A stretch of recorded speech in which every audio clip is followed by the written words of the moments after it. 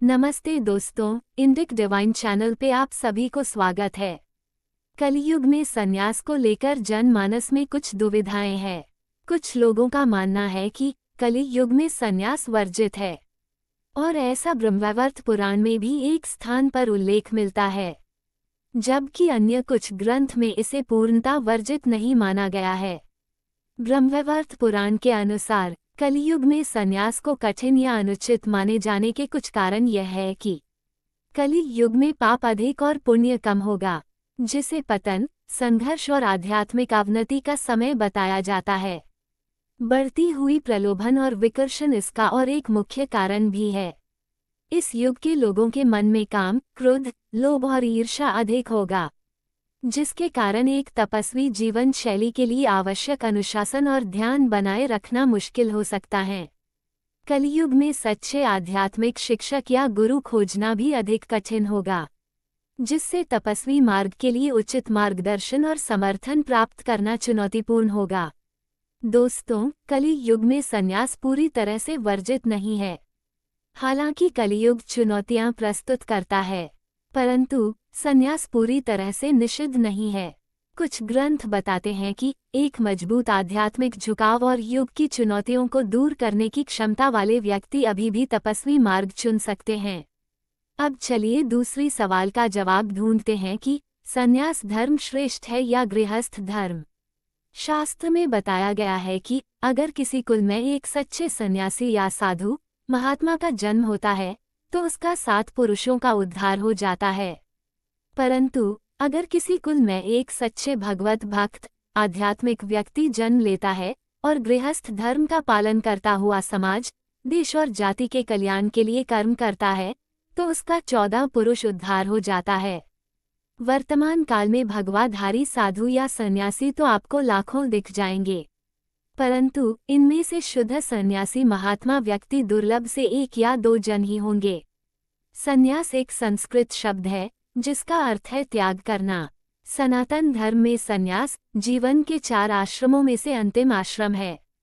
यह एक ऐसी अवस्था है जिसमें व्यक्ति सांसारिक सुखों, मोह माया और भौतिकवादी जीवन से पूरी तरह त्याग कर देता है। सन्यासी अपने भीतर की यात्रा पर निकलते हैं। वे ध्यान, तपस्या और आत्मा अनुशासन के माध्यम से अपने आंतरिक स्व को खोजने का प्रयास करते हैं। सवे भवन्तु सुखिनः। सन्यासी सभी प्राणियों के कल्याण की कामना करते हैं। वे समाज सेवा और मानवता के लिए कार्य भी करते हैं। वे ज्ञान की खोज में लगन से जुटे रहते हैं।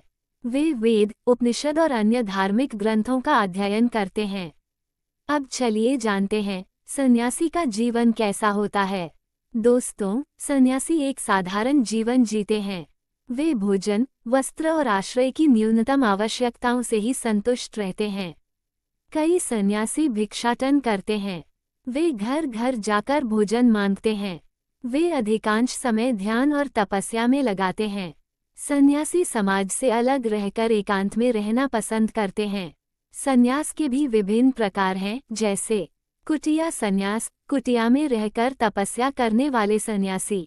परिव्राजक सन्यासी, एक स्थान से दूसरे स्थान पर भ्रमण करने वाले सन्यासी। उदासीन सन्यास, सभी धर्मों का सम्मान करने वाले सन्यासी। दोस्तों, सन्यास सनातन धर्म में एक महत्वपूर्ण अवधारणा है। यह आध्यात्मिक विकास और मोक्ष प्राप्त करने का एक मार्ग है।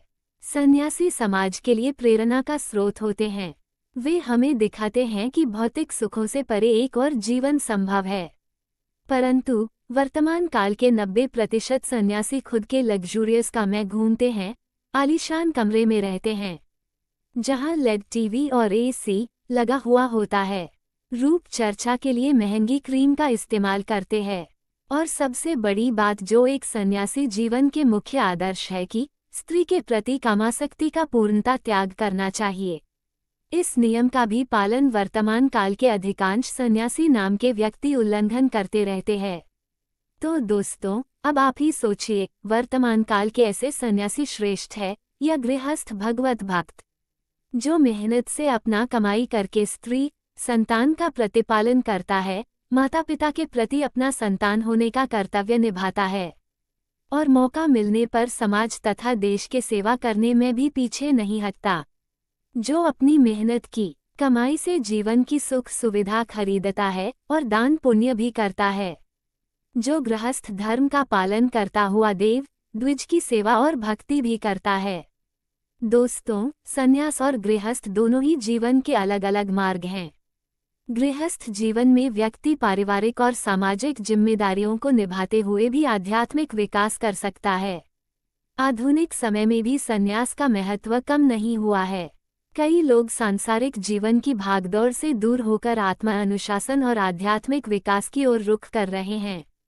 परंतु अगर आप जन्मांतरवाद को मानते हैं और कर्म ऋणुबंध को भी, फिर एक बार जरूर सोचिए। कर्म का सिद्धांत कहता है कि हमरा इस जीवन में जिनसे भी पारिवारिक या सामाजिक रूप से संबंध जुड़े हुए हैं, उनसे हमारा पिछले किसी जन्म का ऋणानुबंध संबंध था, इसलिए इस जीवन में वे हमसे फिर से मिले हैं। इसलिए अगर आप संन्यास के प्रति आग्रही है तो सबसे पहले आपको अपने सांसारिक जिम्मेदारियों को पूरा करना आवश्यक है। जिम्मेदारियां से मुंह मोड़कर अगर आप संन्यास भी ले लेते हैं तो भी आप उन कर्म ऋणानुबंध से मुक्त नहीं हो पाएंगे, क्योंकि कर्म का फल भोग करना स्वयं ईश्वर को भी पड़ता है। दोस्तों, हमारा उद्देश्य केवल संन्यास से जुड़े शास्त्रीय जानकारी आप तक पहुंचना था। वर्तमान काल के परिस्थितियों को दर्शाते हुए हमने जो भी कहा वह किसी व्यक्ति विशेष को लक्ष्य करके नहीं कहा। हमारे मन में भी सच्चे साधु सन्यासियों के प्रति पूर्ण श्रद्धा और भक्ति है। आज की जानकारी यही तक। वीडियो अगर आपको अच्छी लगी हो तो एक लाइक करके चैनल को सब्सक्राइब कर लीजिए। धन्यवाद।